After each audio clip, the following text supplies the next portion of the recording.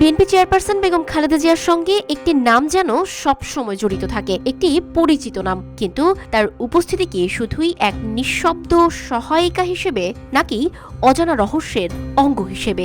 সেই নামটি বা কি? কিভাবেই বা খালেদা জিয়ার জীবনে এমন গুরুত্বপূর্ণ হয়ে উঠলেন তিনি? সেই রহস্যই জানবো আজ।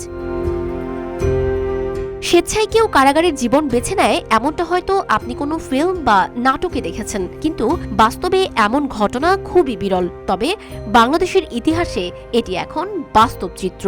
সেই চিত্রের রূপকার আর কেউ নন, তিনি ফাতেমা বেগম।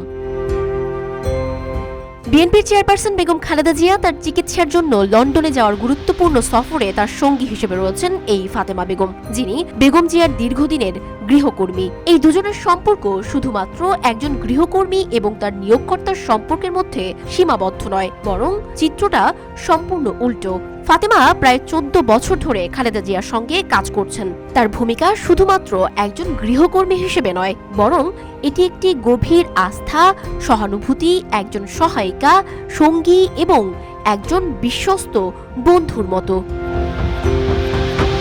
ফাতেমা ভোলার একটি সাধারণ পরিবার থেকে উঠে এসে খালেদা জিয়ার গৃহকর্মী হিসেবে যোগ দেন। শুরুতে হয়তো তিনি কেবল ব্যক্তিগত সহায়তা প্রদান করতেন, তবে সময়ের সাথে সাথে তার ভূমিকা আরও গুরুত্বপূর্ণ হয়ে ওঠে। তিনি খালেদা জিয়ার দৈনন্দিন কাজগুলো পরিচালনার পাশাপাশি আরও গভীরভাবে তাকে সহায়তা করতে শুরু করেন। খালেদা জিয়া কারাগারে থাকার সময় 2018 সালে যখন তাকে কারাগারে পাঠানো হয়, ফাতেমা বেগম তার সঙ্গী হিসেবে থেকে যান। আইনজীবীরা আবেদন করেছিলেন যে ফাতেমাকে তার পাশে থাকতে দেওয়া হোক, যা আদালত মঞ্জুর করেছিল। সেই সময় থেকেই ফাতেমা খালেদা জিয়ার প্রতি আরও অটুট সমর্থন এবং সেবা প্রদানের মাধ্যমে আরও দৃঢ়তা অর্জন করেন। ফাতেমা তার দীর্ঘ অভিজ্ঞতায় খালেদা জিয়াকে নানা পরিস্থিতিতে সমর্থন প্রদান করেছেন। 2018 সালের 8 ফেব্রুয়ারি তার কারাগারে যাওয়ার পর থেকে তিনি খালেদা জিয়ার পরম বন্ধু। ফাতেমার পরিস্থিতি খালেদা জিয়াকে তার প্রতিদিনের কাজগুলোর প্রতি মনোযোগী হতে এবং তার সঠিকভাবে পালন করতে সহায়তা করে। অবশ্য এ কারণে তার পরিবারকে বেশ মাশুল দিতে হয়েছে।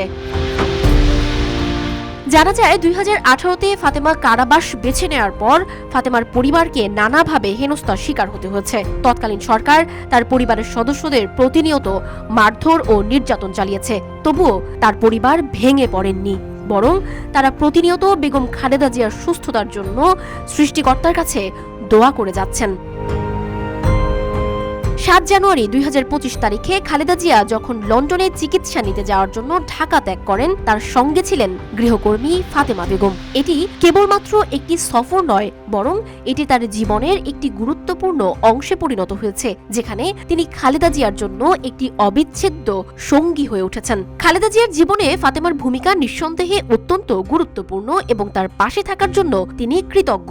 খালেদা জিয়ার রাজনৈতিক জীবন এবং তার কারাবাসের সময় ফাতেমা বেগমের উপস্থিতি তার প্রতি দলের নেত্রী হিসেবে সহানুভূতির এক উজ্জ্বল উদাহরণ। এই সম্পর্ক রাজনৈতিক মহলে এবং দলের মধ্যে একটি নতুন দৃষ্টিকোণ সৃষ্টি করেছে, যেখানে মানবিক সম্পর্কগুলো রাজনৈতিক কর্মকাণ্ডের বাইরে গুরুত্ব পাচ্ছে। ফাতেমা বেগমের প্রতি খালেদা জিয়ার বিশ্বাস এবং আস্থা তার সম্পর্কের গভীরতা আরও বাড়িয়ে দিয়েছে।